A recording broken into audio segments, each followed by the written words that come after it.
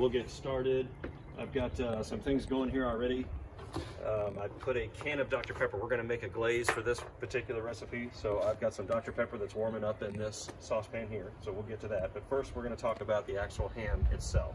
It's a spiral cut ham, and what has actually been done here is we scored it basically. So you basically make a diamond pattern, and then we have cloves, and the cloves are on the point of each diamond. So as this cooks, you're going to see why that's an important step when we start glazing it, that's going to kind of separate. So a couple things we're going to use. This setup here first is the V-rack with the drip pan. You can use this for all kinds of things, prime rib, different roasts. Works great for that. So everything, when I start basting it, it's going to fall down into that pan, and I'm not making a huge mess. It gives a little bit of airflow underneath the ham as well.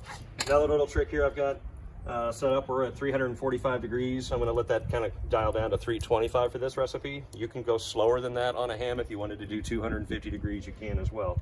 But we're going to shoot for 325, so that'll come down here shortly. This has two probes.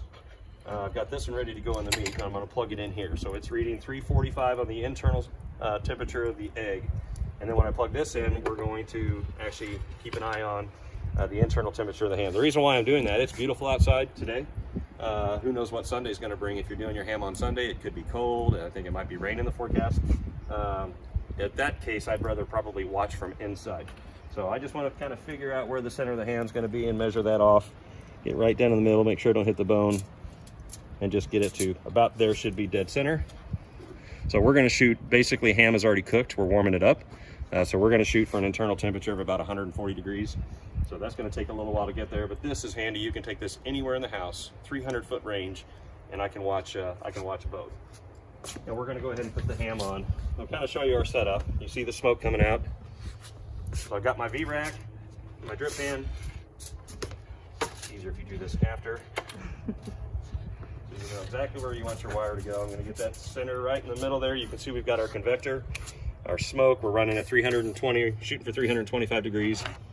And then I'll just run this wire along here so it comes out close to my transmitter. And then that'll give a reading. So that obviously it just went down because I opened the lid. That'll come up. We're 36 degrees inside that ham, shooting for 140. Okay, so we'll move over here. What I've got here is my skillet going on the Mini-Max, or not my skillet, I'm sorry. My pan, and I've got a can of Dr. Pepper. This recipe is so good, and it's gonna make it smell pretty good out here too. So my ingredients that are gonna go in: 3 full cups of brown sugar. You did put Dr. Pepper in already? Yes, Dr. Pepper. This is an empty can. You can see I wanted to get that started because this actually has to reduce. Actually, let's do our brown sugar next.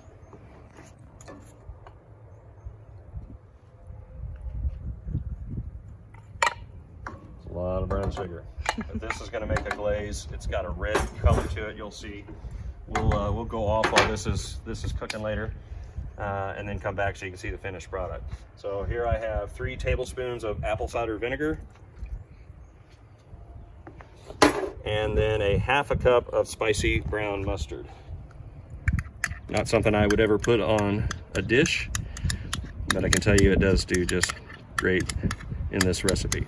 So I'm going to incorporate this, and we're going to bring this to a boil. Incorporate all this mustard, and the brown sugar kind of melts down, and we'll reduce it. We'll cook it for about 20 minutes, and it'll get pretty thick. We'll remove it from the heat, and then what I like to do, I think on her recipe it calls for 2 hours. After 2 hours, it's an oven recipe, by the way. If you look it up, it's going to tell you how to do it in the oven at 325. Why do it in the oven when you can come outside and do it on the egg, is the way I look at it. So she recommends 2 hours before you start basting. I recommend, I'm probably going to give it about 30 minutes, and then I'm going to start doing the baste. So what I'll do is that will reduce down. Then I've got this handy little, I can even put this on the egg sometimes to keep it warm. Put it in here, and then I've got my basting brush. So once we get to that point, while we're not on video during that time frame, every 20 minutes I will baste the outside of the ham to try and get a glaze. Start to steam here pretty good. Again, that was a whole can of Dr. Pepper. I think Pioneer Woman says you can use Coca-Cola as well. I have only used Dr. Pepper. It's just got a beautiful color to it. The goal here is going to be the glaze. And again, what we'll do with that, I'm going to bring that to a boil, because we're about done. I think we talked about everything there. I'm gonna bring this to a boil and then cook it. Once it's boiling, I'm gonna cook it for about 20 minutes to actually reduce it down. We'll probably reduce it down half of that to where I think normally I end up with one of these full and just a little bit left over. And then in the ham itself, every 20 minutes, I'm gonna wait about a half an hour, and then every 20 minutes, I'm just gonna go out and hit it with the brush, all sides, and baste it to try and get that glaze. You'll see when we'll go off camera, and then we'll come back and actually show you the end result. We are now complete. It's been about 3 hours, I think just over 3 hours since we put everything on.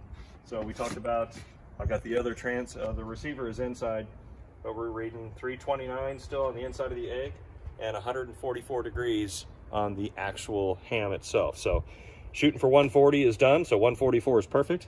Again, ham is cooked, it's just a matter of reheating it. So this is nice, it's out here if we're outside, but we're able to keep an eye on it while we were indoors. And the ham is now finished. So we'll go ahead and pull that off. I did want to show, because we showed you how to make the glaze earlier. We still have plenty of this left over. I don't know if you can see how that thickens up. Again, that was Dr. Pepper, a bunch of brown sugar, like 3 cups of brown sugar, spicy brown mustard, and apple cider vinegar. So this stuff thickens up real nice. It is tasty. So it's good when you have this left over, because this obviously is the next step that we would want to do. We'll go ahead and pull the ham off and see what we got. It was basted, kind of backtracking what we did here. The ham went on, and after the first hour or so of cooking the ham, we started at 325 degrees. We started basting it every 20 minutes. Toward the end, you can do it even more frequently because you're trying to get that glaze on the outside, almost like candy. So I'm gonna pull this off. Let's set it here where we can take a look. Again, just a little over 3 hours. Yeah, that's beautiful. So we've got our V-rack here with our drip pan that kind of caught all those drippings. Nice clean up, a real breeze. We'll get both sides there. You can see where we scored it. Now again, this is a spiral cut ham, so it's already sliced. I prefer the other style ham where it's all complete, and actually we normally do the entire ham. We love the leftovers, but that is a thing of beauty. You can brush it down one more time. You can take your glaze, just since you weren't here for this part, kind of see when you put this stuff on, it goes on real nice and thick. And I would probably do this right before you bring it inside. And this stuff is just tasty. This point in time, what I would do is take it inside, let it cool for just a minute, and then remove the ham from, we'd go ahead and remove it from here, carve up all the slices. I would put it on a serving platter with all the slices ready to go for our guests. And then use that sauce and kind of pour that over so that it's on every slice of ham when they pull it off. So there's our completed glazed Easter ham.